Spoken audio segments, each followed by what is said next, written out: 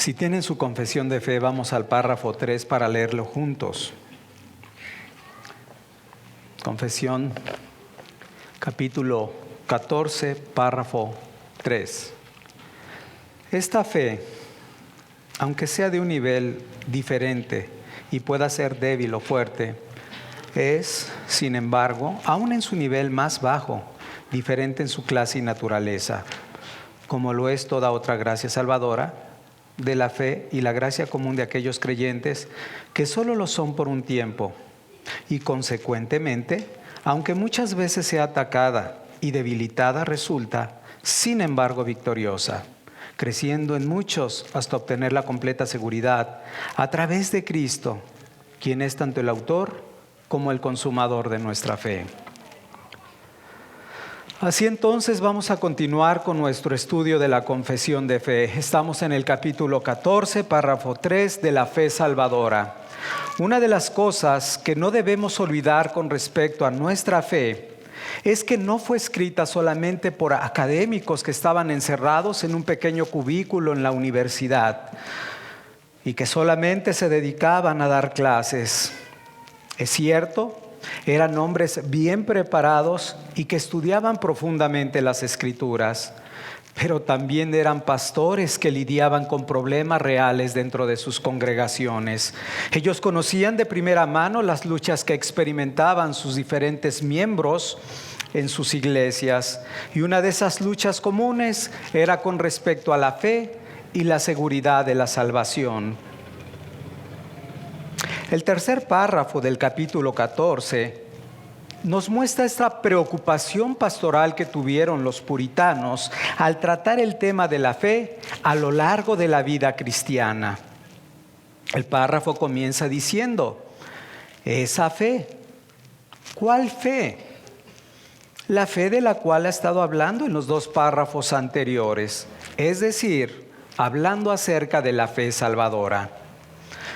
Es una fe que es producida por el Espíritu Santo en el corazón del creyente. Es una fe que cree que la Biblia es la palabra de Dios. Es una fe que responde adecuadamente a todo lo que hay en las Escrituras, obedece a sus mandatos, tiembla ante sus amenazas y abraza las promesas de Dios.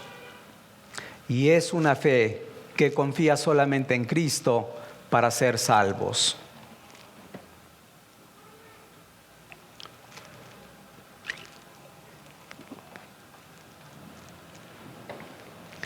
De esta fe salvífica está hablando y que debería de caracterizar a todo creyente. Sin embargo, sigue diciendo el párrafo que hay diferentes niveles de fe, porque algunos creyentes pueden tener una fe débil y algunos otros pueden tener una fe fuerte. A lo largo de los evangelios leemos que el Señor Jesucristo les decía en algunas ocasiones a sus discípulos: ¿por qué dudasteis, hombres de poca fe? Por otro lado, recordamos aquel pasaje donde el centurión que fue al Señor Jesucristo, sabiendo que con su pura palabra su siervo podía ser sanado, a él Jesús le dijo: ni aún en Israel he hallado tanta fe. Vemos entonces un contraste entre que algunos tienen una fe débil y otros tienen una fe fuerte. El autor de Hebreos en el capítulo 5, versículo 13 y 14, también hace una diferencia entre los cristianos inexpertos que toman todavía leche y los cristianos que han alcanzado madurez. Pero no solamente podemos ver diferentes grados de fe al comparar a un cristiano con otro.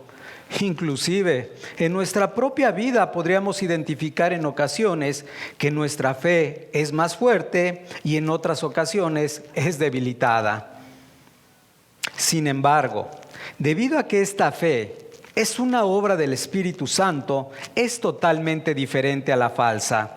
Por eso sigue diciendo la confesión de fe: sin embargo, aún en su nivel más bajo, diferente en su clase y naturaleza, como lo es toda otra gracia salvadora de la fe y la gracia común de aquellos creyentes que solo lo son por un tiempo.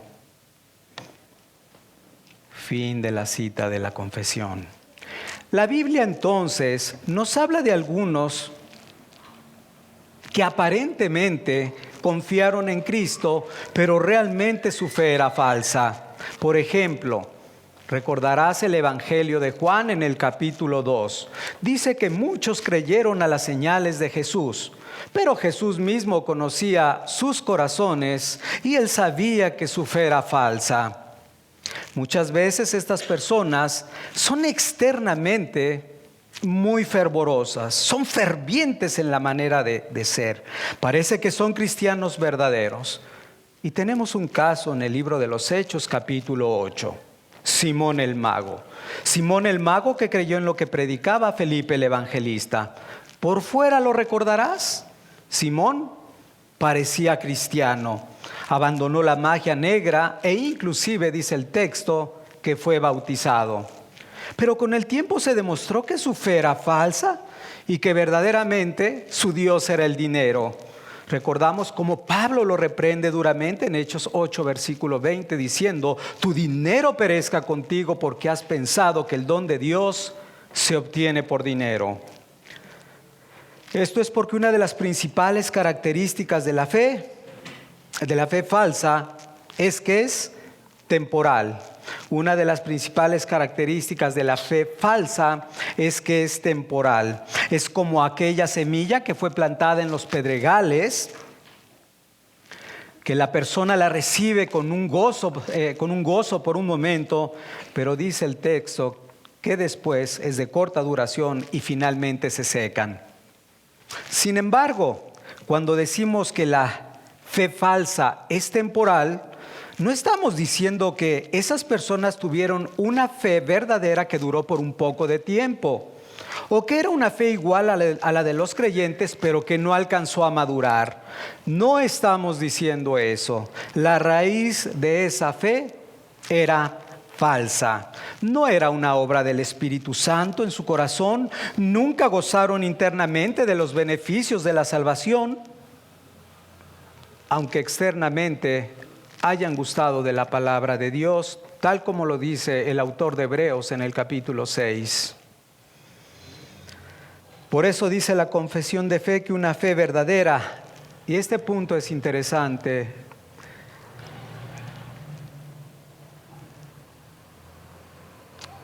una fe verdadera, incluso en su nivel más bajo, es diferente no solo en duración, sino también en clase y en naturaleza. Por ejemplo, sabemos que Simón el Mago era un falso creyente,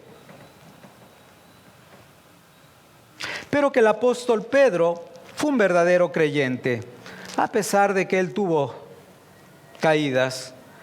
Pero supongamos que tenemos por un lado a Simón el Mago. Simón el Mago había abandonado la magia, decíamos, recién bautizado, lleno de entusiasmo y además profesando una supuesta fe. Por otro lado tenemos a Simón Pedro, cuando su fe estaba sumamente debilitada al grado de negar al Señor Jesucristo. Si pudiéramos haber visto en sus corazones, podríamos ver que la fe de Simón el Mago era una fe falsa, aunque muy, muy entusiasta al verla. Pero la fe de Pedro era una verdadera, aunque estaba en ese momento completamente debilitada. O podemos poner una ilustración del puritano Thomas Manton. Dice él: una moneda falsa puede parecer mejor y más brillante que una moneda verdadera, y a pesar de todo no tener ningún valor. Interesante comparación. De la misma forma, un falso creyente puede en muchas ocasiones verse más brillante que un verdadero creyente. Pero la diferencia está en que el cristiano verdadero tiene una fe que ha sido otorgada por la gracia de Dios. El Señor le había dado esa gracia para que pueda confiar solamente y plenamente en el Señor Jesucristo para salvación. Ahora ese cristiano verdadero se esfuerza en atender y en obedecer la palabra de Dios. Ciertamente no de una manera perfecta, pero sí de una forma sincera y perseverante. Sigue diciendo nuestra confesión que esta fe salvífica muchas veces es atacada y debilitada. Y este punto es interesante para aquellos que luchan con su seguridad. Puede haber muchas razones por las cuales nuestra fe pueda ser debilitada. Puede ser, en primera instancia, por la negligencia que tenemos al hacer uso de los medios de gracia. Los descuidos continuos de la oración, los descuidos continuos de la lectura, del análisis, de la meditación, de la escritura, en fin, produce que nuestra fe sea debilitada. Otro aspecto común que la lleva a estar debilitada, obviamente, es el pecado. Y no solamente el pecado, hay otro aspecto que también debemos tener mucho cuidado y es la tentación. Estos tres aspectos pueden debilitar en un momento dado nuestra fe. La negligencia a los medios de gracia, el pecado y la tentación. También muchas veces como cristianos podemos llegar a experimentar lo que es el afán y la ansiedad sobre qué comeremos o qué vestiremos. Otras veces experimentamos el temor cuando vivimos alguna circunstancia difícil. Llámale económica, alguna enfermedad, algún problema en la familia, algún problema con los vecinos, cualquier circunstancia que pueda mover en un momento dado nuestra fe. Inclusive podemos llegar a experimentar dudas en nuestra mente. Entonces, tanto la ansiedad como el temor y aún las dudas son dificultades que todo cristiano llega a luchar en su vida. Algunos más, otros menos. Y a pesar de esto, no quiere decir que no seamos cristianos, sino que se está demostrando más bien que nuestra fe en un momento dado puede debilitarse y necesitamos más y más de la gracia de Dios en nuestras vidas. Y esto nos va a llevar al siguiente punto: la relación de la fe y la seguridad de la salvación. La relación de la fe y la seguridad de la salvación. Y me voy a ir un poquito más despacio. Aunque ciertamente no vamos a profundizar en el tema de la seguridad de la salvación, porque encontramos en la confesión de fe en el capítulo 18 que se trata de una manera más extensa. Sin embargo, creemos que es importante sí tocar algunas cosas con respecto a esta. En primer lugar, y este punto puedes apuntarlo, no debemos confundir la fe salvadora con la seguridad de la salvación. No debemos confundir la fe salvadora con la seguridad de la salvación. Aunque están muy relacionadas, debemos distinguirlas, debemos separarlas. Son dos aspectos diferentes. ¿Qué es la fe salvadora? Entonces vamos a tratar de hacer ese pequeño desmenuzar este aspecto. ¿Qué es la fe salvadora? La fe salvadora simplemente es confiar y descansar en la persona y en la obra del Señor Jesucristo, de acuerdo a todas aquellas promesas del Evangelio. Esta fe es el medio que Dios usa para salvarnos. Por otro lado, la seguridad de la salvación es saber que nosotros poseemos la salvación. Si pudiéramos dar una pequeña definición, sería la siguiente: es una convicción personal de que realmente Cristo nos ha salvado. Es una convicción personal de que realmente Cristo nos ha salvado. Si podemos distinguir estos dos aspectos, nos va a ayudar mucho a podernos mantener durante más tiempo con una fe más sólida. Ahora bien, ¿es verdad que la fe salvadora tiene la semilla de la seguridad de la salvación? La fe salvadora tiene la semilla de la seguridad de la seguridad de la salvación, pero esto no quiere decir que cada creyente tenga el mismo nivel de seguridad. Unos lo tienen más fuerte y otros los tienen más débil. Y esto tiene implicaciones muy importantes. Por un lado, el medio que Dios ha designado para otorgar la salvación es la fe en el Señor Jesucristo, no la seguridad de la salvación, de lo cual ya hemos hecho la distinción. Para poder entender mejor esta diferencia, hazte la siguiente pregunta muy sencilla: ¿cómo es que somos salvos? Y date 3 segundos para responderla. ¿Cómo es que somos salvos? ¿Por medio de la fe en Cristo o por medio de que tengamos seguridad de salvación? La respuesta es muy sencilla. Si decimos que es por medio de la seguridad de la salvación, estaríamos diciendo que una persona debe de ser salva para creer que es salva, en lugar de decir que debe creer en Cristo para ser salvo. En otras palabras, reiterando la misma idea, si decimos que la justificación depende de nuestra seguridad de la salvación, entonces estaríamos obligando a los creyentes a poner su confianza en su propia seguridad de salvación y no en Cristo. Esto es un problema que a menudo nosotros observamos y escuchamos cuando llevamos a cabo las entrevistas para los que desean ser miembros.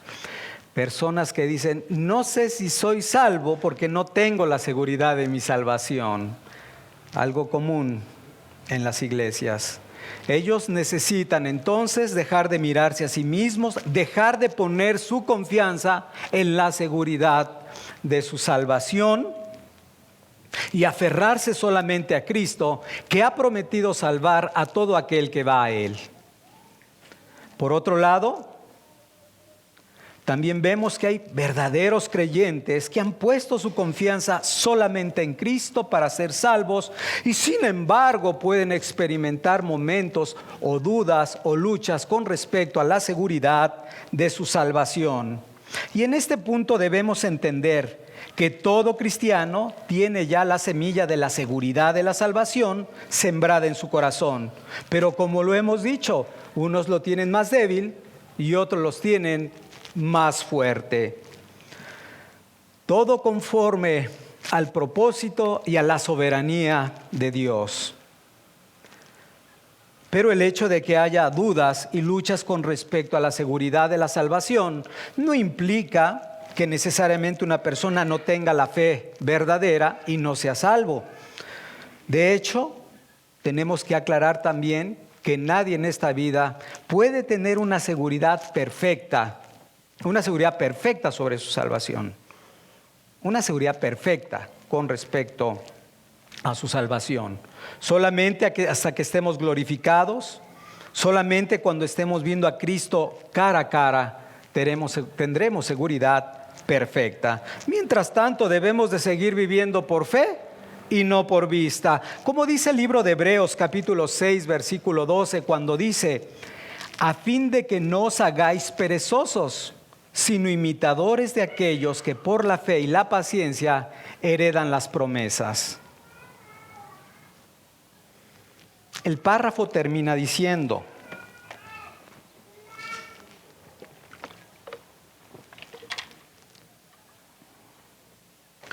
que la fe salvífica siempre va a resultar victoriosa.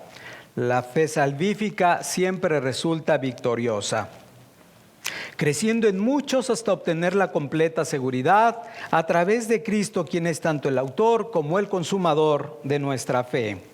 Ahí termina el párrafo. Y aquí podemos meditar en Cristo, el autor y el consumador de nuestra fe. Recordemos que como un ser humano, Jesús vivió por fe. Esto quiere decir que no solamente ponemos nuestra confianza en Cristo para ser salvos, sino que también tenemos en Cristo nuestro mayor ejemplo que jamás haya existido de un creyente y que hemos de imitarlo. Repito, no solamente ponemos nuestra confianza en Cristo para que podamos ser salvos, sino que tenemos en Cristo el mayor ejemplo que jamás haya existido en un creyente y hemos de imitarlo. Dicho de esta manera, el Señor Jesús leía las Escrituras y confiaba en las promesas que se encontraban allí mientras estaba en su estado de humillación, en medio de todas las aflicciones, y que vivió como un ser humano. Siempre se encomendó por fe al cuidado y a la protección de Dios. Él tenía la confianza, y este punto, al menos en mi corazón, tuvo mucho sentido. Él tenía la confianza de que todo obraría para bien.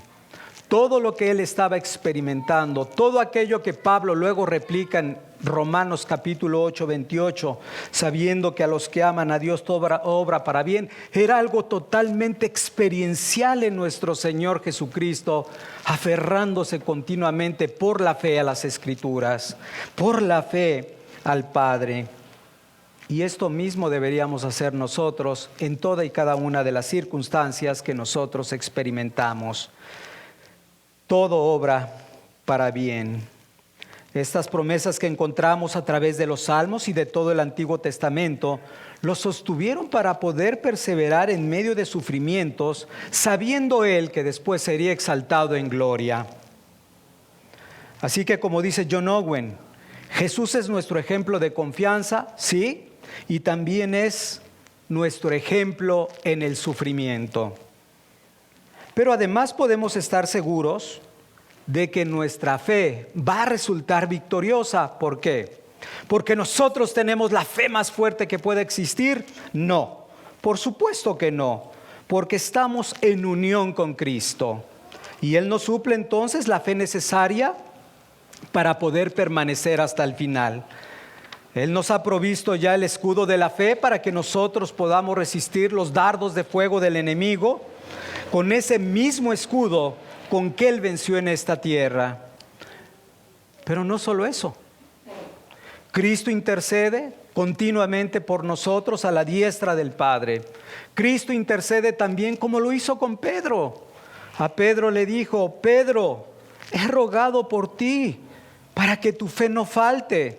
Así que si no fuera porque Cristo intercede para que nuestra fe no falte, sería una fe derrotada.